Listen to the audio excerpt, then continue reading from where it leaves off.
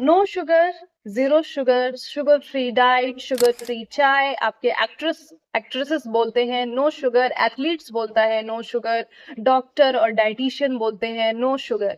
क्यों? आपके बहुत सारे रिसर्चेस भी यही कहते हैं कि हमें अपने डाइट में शुगर का इस्तेमाल नहीं करना चाहिए, क्योंकि शुगर आपके लिए एक पॉइजन की तरह काम करता है। ये धीरे धीरे आपके शरीर के अंगों को डैमेज कर रहा है, आपके शरीर को अनहेल्दी कर रहा है।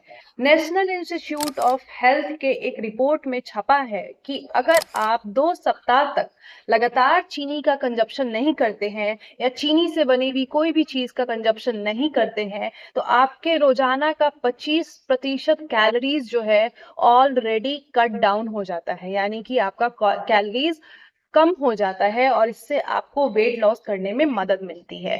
तो आइए जानते हैं कि अगर आप लगातार 30 दिन तक चीनी या चीनी से बनी हुई कोई भी चीज का कंजप्शन नहीं करते हैं तो आपके शरीर में क्या-क्या चेंजेस आते हैं।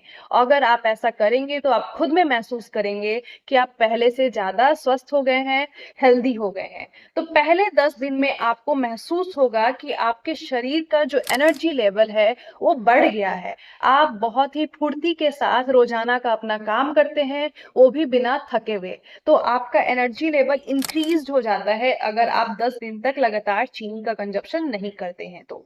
दूसरा क्या होता है कि आपके अंदर मीठा खाने की जो क्रेविंग्स होती है वो ऑलरेडी बंद हो जाती है। ऐसा इसलिए होता है कि आपके ब्लड में ग्लूकोज का जो कॉन्सेंट्रेशन है वो स्लो डाउन हो जाता है, जिससे आपको मीठा खाने की क्रेविंग्स ऑलरेडी बंद हो जाती है और आप अनहेल्दी फूड्स का कंजप्शन नहीं करते हैं, हेल्दी फूड्स का कंजप्शन करते हैं। तीसरा, आपका स्लीपिंग पैटर्न बहुत ज्यादा इंप्रूव हो जाता है, आपका नींद जो है वो अच्छा हो जाता है, क्योंकि ग्लूकोज का कंसंट्रेशन अगर ब्लड में कम हो जाए तो आपके ब्रेन के नर्व्स जो है वो रिलैक्स हो जाते हैं और आपको अच्छी नींद आती है। चौथा, आप में वेट लॉस भी देखने को मिल जाता है, आपका ऑलरेडी कैलोरीज कट डाउन हो जाता है और इससे आपका जो वजन है वो कम होने लगता है। उसके बाद आप 20 दिन अगर लगातार चीनी नहीं लेते हैं तो आपके शरीर में आपका ब्लड शुगर लेवल कम हो जाता है और टाइप 2 डायबिटीज होने के चांसेस कम हो जाते हैं। इंसुलिन रेसिस्टेंस की प्रॉब्लम नहीं होती है और आपका पैनक्रियाज हेल्दी हो जाता है। दूसरा, आप देखेंगे कि आपका मूड, आपका इमोशंस, आपका जो कॉग्निटिव फंक्शन है वो भी इम्प्रूव हो जाता है। आप बहुत ही मन लगा के काम करने लगते हैं, कंसंट्रेशन लेवल आपका बढ़ जाता है, इमोशनल स्टेबिलिटी बढ़ जाती है, आपकी मेंटल हेल्थ पूरी तरीके से इम्प्रूव होने लगता है। तीसरा, आप देखते होंगे कि आपका जो स्किन है पहले से ज्यादा लाइट हो गया है, पहले से ज्यादा चमकीला हो गया है, हेल्दी हो गया है और शुगर के कम कंजप्शन से आपको एक्ने जैसे प्रॉब्लम्स नहीं होती है और एजिंग जैसे प्रॉब्लम्स भी आपके कम हो जाते हैं, फेस से रिंकल्स भी कम होने लगते हैं। चौथा, आप देखेंगे कि इससे आपका डाइजेस्टिव हेल्थ भी इम्प्रूव होने लगता है।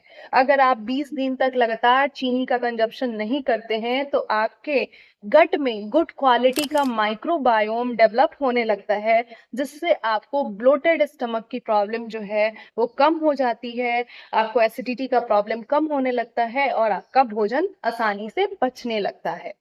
30 दिन तक अगर आप लगातार चीनी नहीं लेते हैं तो आपका जो लीवर है वो हेल्दी हो जाता है, आप में नॉन अल्कोहलिक फैटी लीवर होने के चांसेस बहुत ही कम हो जाते हैं, क्योंकि चीनी आपके लीवर में इन्फ्लामेशन क्रिएट करता है, आपका इंसुलिन रेसिस्टेंस लेवल बढ़ा देता है, जिससे आपका जो लीवर है वो डैमेज होने लगता है। तो 30 दिन तक अगर आप चीनी का कंजप्शन नहीं करेंगे तो इससे फैटी लीवर का चांसेस कम हो जाता है। दूसरा, आपका डेंटल हेल्थ अच्छा हो जाता है, यानी कि आपके दांतों में कैविटी होने के चांसेस कम हो जाते हैं, माउथ में जो हार्मफुल बैक्टीरिया क्रिएट होते हैं वो कम हो जाता है और आपके टूथ डिके होने के चांसेस भी कम हो जाते हैं, गम्स भी आपके जो मसूड़े होते हैं, वो भी हेल्दी होने लगते हैं।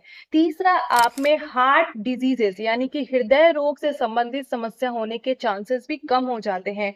इससे आपका ब्लड प्रेशर लेवल कंट्रोल हो जाता है, कोलेस्ट्रॉल लेवल कंट्रोल हो जाता है, एथेरोस्क्लेरोसिस का जो प्रॉब्लम होता है, वो ठीक होने लगता है।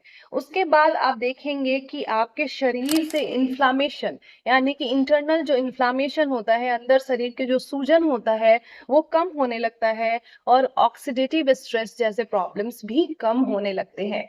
तो चीनी आपके डाइट में बिल्कुल भी नहीं होना चाहिए। अगर आप ऐसा प्रैक्टिस करते हैं, तो आप खुद को हेल्दी बनाने की तरफ जा रहे हैं। तो कौन-कौन से ऐसे फूड हैं जिसके अंदर शुगर जो है काफ़ी हाई अमाउंट में पाया जाता है?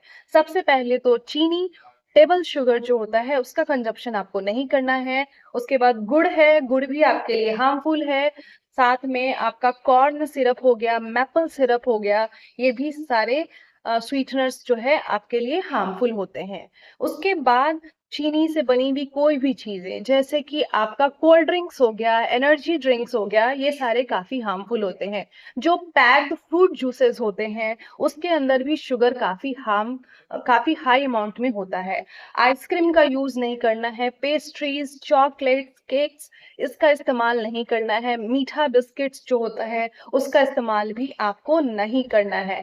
कैंडीज़ हो गए, चॉकलेट्स हो गए, चीनी वाली चाय हो गई या फिर चीनी वाली कॉफ़ी हो गई, इसका इस्तेमाल आपको नहीं करना है। यानी कि टोटली जितने भी अनहेल्दी फूड्स होते हैं, साथ में मिठाई हो गया, खीर हो गया, सेवई हो गया, इसका कंज़प्शन भी आपको नहीं करना है। इन सब के अंदर भी शुगर होता है। आपको नेचुरल शुगर लेना है, नेचुरल फूड लेना है जैसे कि दाल, रोटी, सब्ज़ी, सलाद, पनीर, छेना, इस टाइप की चीज़ें आप लीजिए।